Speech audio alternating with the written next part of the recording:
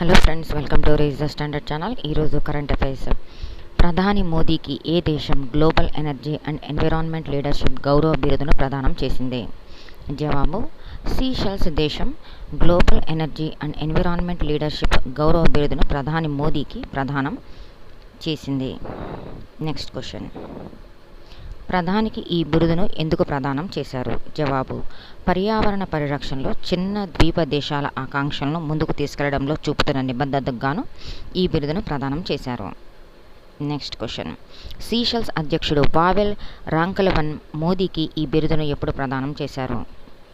జవాబు: మోదీకి లభించిన అంతర్జాతీయ గౌరవాల్లో ఇది 34వ అవార్డు.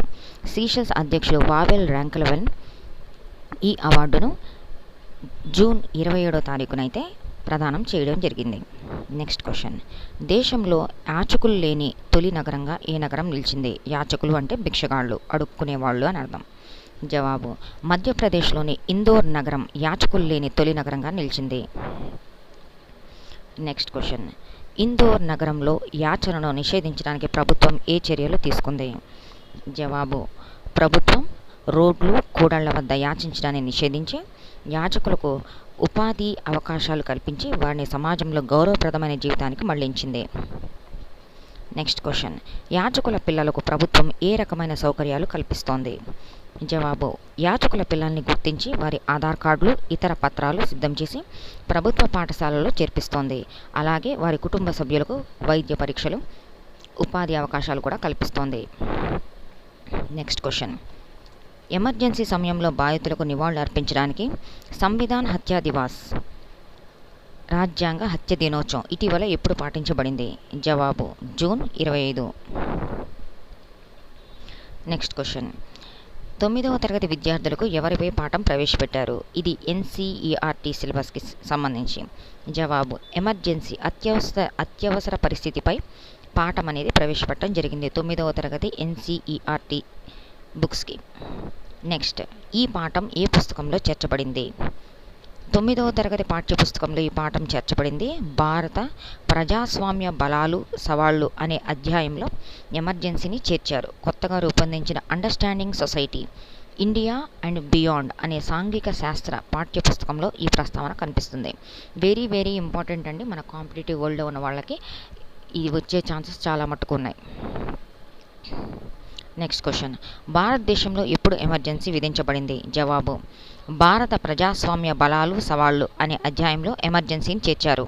కొత్తగా రూపొందించిన understanding society India and beyond అనే సాంఘిక శాస్త్ర పాఠ్యపుస్తకంలో ఈ ప్రస్తావన కనిపిస్తుంది. భారతదేశంలో ప్రజాస్వామ్యం ఎదుర్కొన్న ప్రధాన సవాళ్లు 1. ఈ భారతదేశం ఎదుర్కొన్న ప్రధాన సవాళ్లలో ఒకటి ఏంటి అంటే 1975 నుంచి 77 మధ్య విధించిన అత్యవసర పరిస్థితి అని ఆ పాఠ్యాంశాల్లో పేర్కొనడం జరిగింది. Next question. ఈ పాఠం ప్రవేశపెట్టడం ద్వారా విద్యార్థులకు ఏమి నేర్పించాలని ప్రయత్నం? జవాబు: అత్యవసర పరిస్థితుల్లో ప్రజాస్వామ్య హక్కులను కాపాడుకోవడం మరియు చారిత్రక సంఘటనల గురించి అవగాహన పెంచడం. నెక్స్ట్. ఇటీవల వార్తల్లో నిలిచిన మేకదాటు డ్యామ్ ఏ నదితో సంబంధం కలిగి ఉంది? జవాబు: కావేరీ నది. Next question. ఇటీవల ఎయిర్ సువిధ 2.0 పోర్టల్ను ఎవరు ప్రారంభించారు? జవాబు: పౌర విమానయాన మంత్రిత్వ శాఖ. Next question. Kailash Manasarovar Yatra మొదటి బృందం ఇటీవల ఏ కనుమ ద్వారా చైనాలోకి ప్రవేశించింది? జవాబు: నాతు లా కనుమ. Next question. ఇటీవల ముఖ్యమంత్రి కన్యా సుమంగళ యోజన 2026ను ఎవరు ప్రారంభించారు? జవాబు: ఉత్తరప్రదేశ్ ముఖ్యమంత్రి ప్రారంభించారు, యోగి ఆదిత్యనాథ్ అన్నమాట. Next question.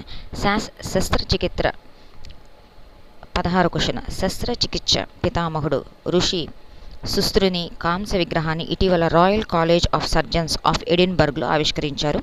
ఈ కళాశాల ఏ దేశానికి చెందింది? జవాబు: స్కాట్లాండ్. Next question. టాప్ 500 జాబితాలో ప్రపంచంలోనే అత్యంత వేగవంతమైన సూపర్ కంప్యూటర్ టైటిల్ను ఇటీవల ఏ సూపర్ కంప్యూటర్ దక్కించుకుంది? జవాబు: సన్వే తైహూ లైట్. ఇది వచ్చేసి చైనాకు సంబంధించిందండి. ఇది వచ్చేసి చైనాకు సంబంధించినటువంటి సూపర్ కంప్యూటర్ అన్నమాట. Very very important. Science and టెక్నాలజీలో వస్తుంది ఇది. Next question, Hurun India 500 report 2026లో ఇటీవల అగ్రస్థానాన్ని ఎవరు సాధించారు? జవాబు రిలయన్స్ ఇండస్ట్రీస్. నెక్స్ట్ క్వశ్చన్, కార్యాచరణ నియమాలను ఉల్లంఘించినందుకు ఫీఫా ఇటీవల ఏ ఫుట్బాల్ అసోసియేషన్ను సస్పెండ్ చేసింది? జవాబు Nepal football association. Next question, ఇటీవల వార్తల్లో నిలిచిన భారతీయ కార్యక్రమం దేనికి సంబంధించింది? Very very very very important. జవాబు అపేడా. అపేడా అంటే the agricultural and processed food products export development authority. ఈ భారతి అనేది ఏంటంటే Bharat's hub for agritech resilience advancement and incubation for export innovation. 100 వ్యవసాయ ఆహార మరియు వ్యవసాయ సాంకేతిక స్టార్టప్లకు సాధికారత కల్పించి మార్గదర్శనం వహించడానికి ఈ ప్రధాన కార్యక్రమం ప్రారంభించబడింది. ఆవిష్కరణలను వేగవంతం చేయడం, భారతదేశ వ్యవసాయ ఎగుమతులను పెంచడం మరియు ప్రపంచ మార్కెట్లో స్టార్టప్లు పోటీ పడడానికి వీలుగా రవాణా, నాణ్యత, ప్యాకేజ్ సవాళ్లను పరిష్కరించడానికి దీన్ని స్టార్ట్ చేయడం ముఖ్య ఉద్దేశం.